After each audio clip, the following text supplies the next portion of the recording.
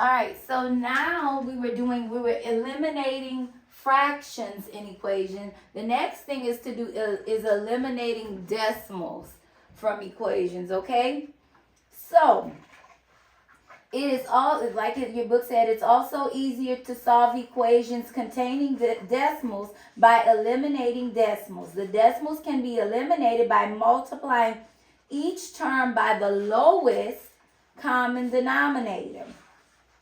All right, so let's take a look at what we have. So we want to look at 5/10 or 0.5x equals 10. Now what you're wanting to do is this, look at the place value. It's in the what? Tenths place. So guess what? It's 10. So you want to multiply each side by 10, okay? You want to multiply each side by 10. I'm not forgetting the x, but you want to multiply each side by 10, okay? So are we there? So once we're multiplying each side by 10, sorry, my leg itchy. Once we multiplying each side by 10, what this is going to give us is a 5 right here, okay? So now we have 5x, right? And 10 times 10 is 100. Because technically all we're doing is moving that decimal out of the way. See that? And we know this is 100. Now guess what?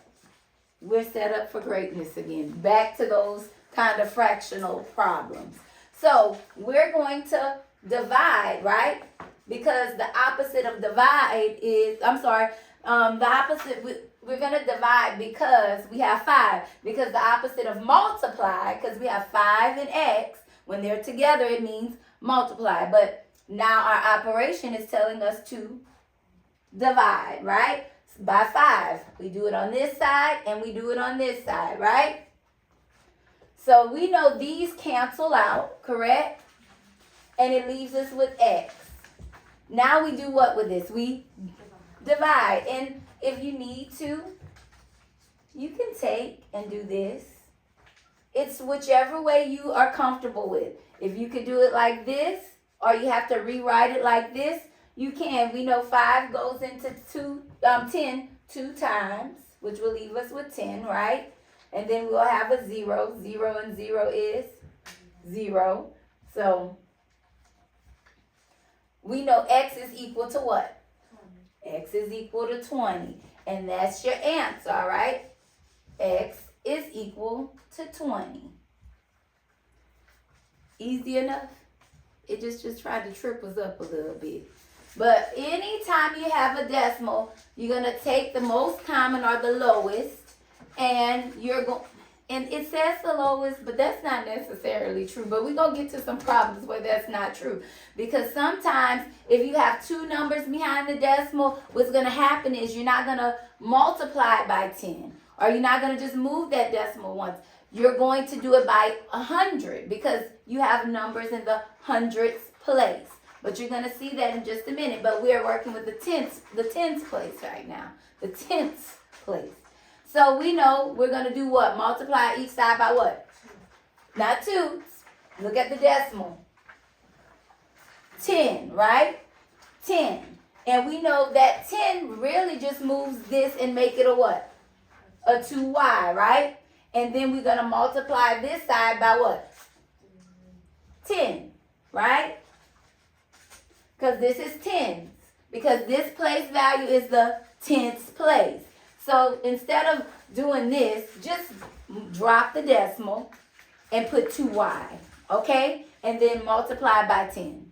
All right, to remind you, you can do that if you want to, but it's not necessary, okay? So we know 10 times 3 is 30. And now we have 2y equals to 30. Now we divide, right? Because we know 2 numbers in a variable put together often means multiply. And the opposite of multiply is divide. So we're going to divide each side by 2 to get that y by itself.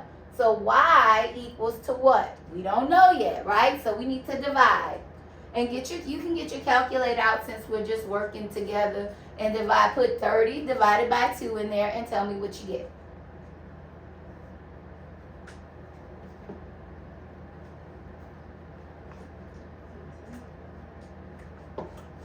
15. So y is equal to what? Right. So are we kind of getting the hang of it so far? All right. So we have one number behind the decimal. So what does that mean? One number behind the decimal means what? We're going to multiply each side by 10. The reason they're making you do this is because they're wanting to drop that decimal. Because if you multiply, put in your calculator, 1.4 times 10, what do you get? 14. So you understand why I said just drop the decimal? There's no need to do unnecessary stuff. So 14, because we've multiplied this side by what? 10, because we only have one number behind the decimal. So that means we have to do what on this side? Multiply by what? So we have 14.8. Put 2.8 times 10. What do you think is going to happen? It's going to be what? 28, right? Because we're just simply moving that decimal. So now we have 14.8 equals to 28. Now we can solve for 8 to see what that value is. So we know this means multiply, but the opposite of multiply is divide. So we're going to divide each side by 14, right? And now we also know these cancel out because any number divided into itself equals 1. And 1, do we need to put a 1 with a variable? No, we already know that's automatic there. So A equals what? Because now we have to do what here? Divide. I want decimal numbers, so you can divide by hand. 14, however you want to do it. So if you're gonna use your calculator, which is fine right now, you're gonna put 28 divided by 14. 28 divided by 14. 392. You put 28 in first. I'm not saying you're wrong. I'm not calculating. You put the 28. I'm sorry. 28 divided by 14. That's correct. It's what? 2. It's 2. Because guess what? 14 times 14 is what? 28. So your answer was 14 times 2. I'm sorry. Is 28. So your answer A is equal to. So now we've solved for that unknown. So are we getting it? Are we getting it? Are we? All right, let's do another set. And then I'm going to leave you with 7 through 12 to do on your own. And we're going to work on those tomorrow. And I'll have a study guide for you. And we're going to work on that study guide because we're going to have our math test on I think this is almost all of Unit 4. Yeah, it's almost all of Unit 4. Unit 4 has have a lot of things. Because now we're going to move into that graphing stuff that I don't like. But we're going to do it. We're going to move into graphing, okay? All right, so let's do the next set. And remember, this is eliminating decimals in equations. And we still end up working with what? Fractions. Because decimals are, yes, and they're said to be what type of numbers? Rational numbers, right?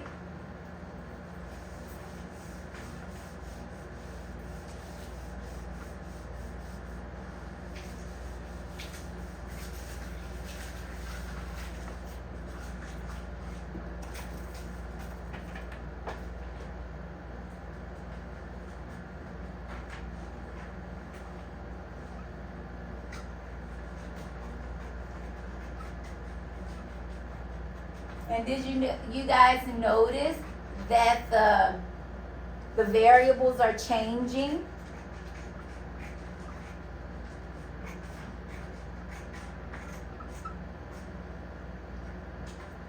All right, so now remember, I told you that it's not going to always be 10. You're looking at the decimals that you have, and that's what's going to tell you what to multiply by, okay? Or what to divide by. Because ultimately, it's just trying to make a whole number. So let's look at our decimal, 0.05, tenths, hundredths. So what do you think you're going to multiply everything by? 100, right? Tenths, hundredths. Remember, these are by what? Tens. Well, it's by tens because there's only one decimal behind, one number behind the decimal. This number has 2, meaning you're going to use 2 zeros, right? Which is 100. So we already know. You can put it in your calculators. 100 times 0.05 should give you 5, right? So we know now, just put a 5.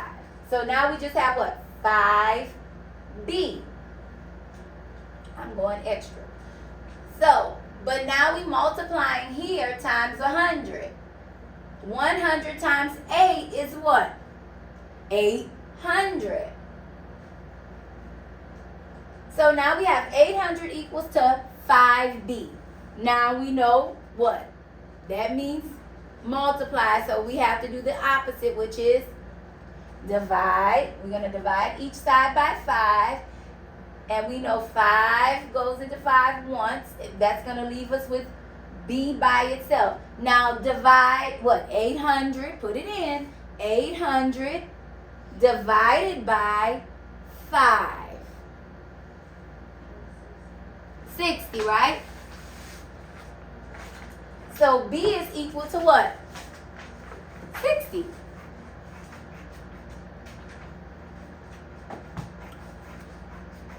Easy enough? All right, so let's look at this next one.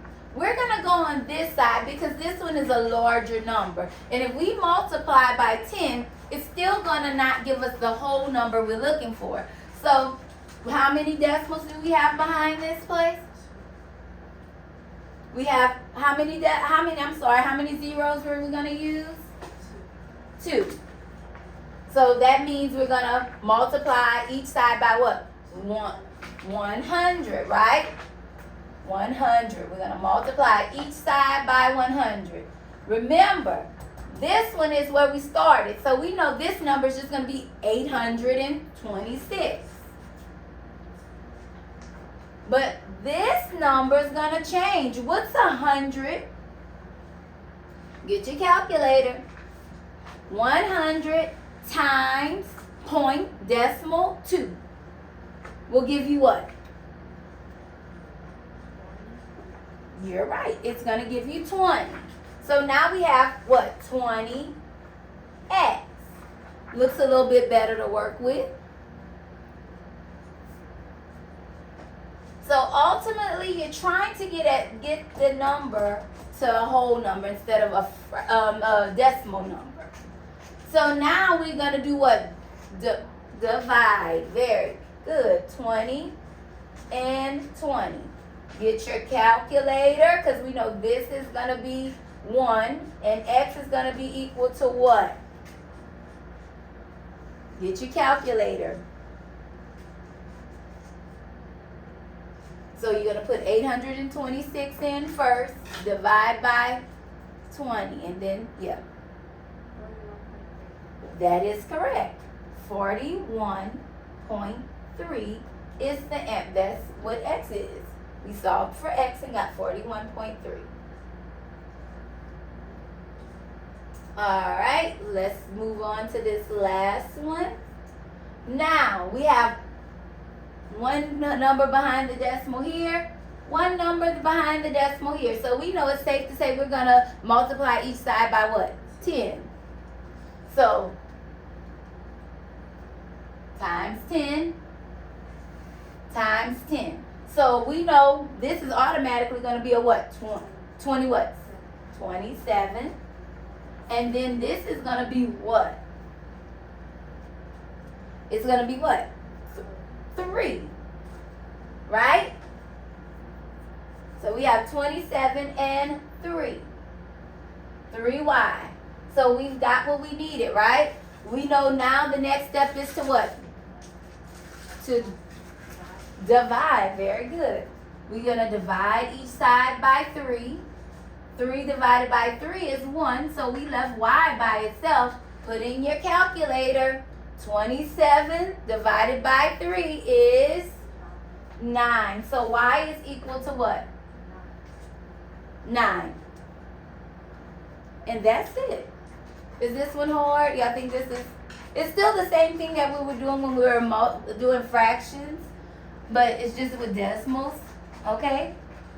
Easy enough?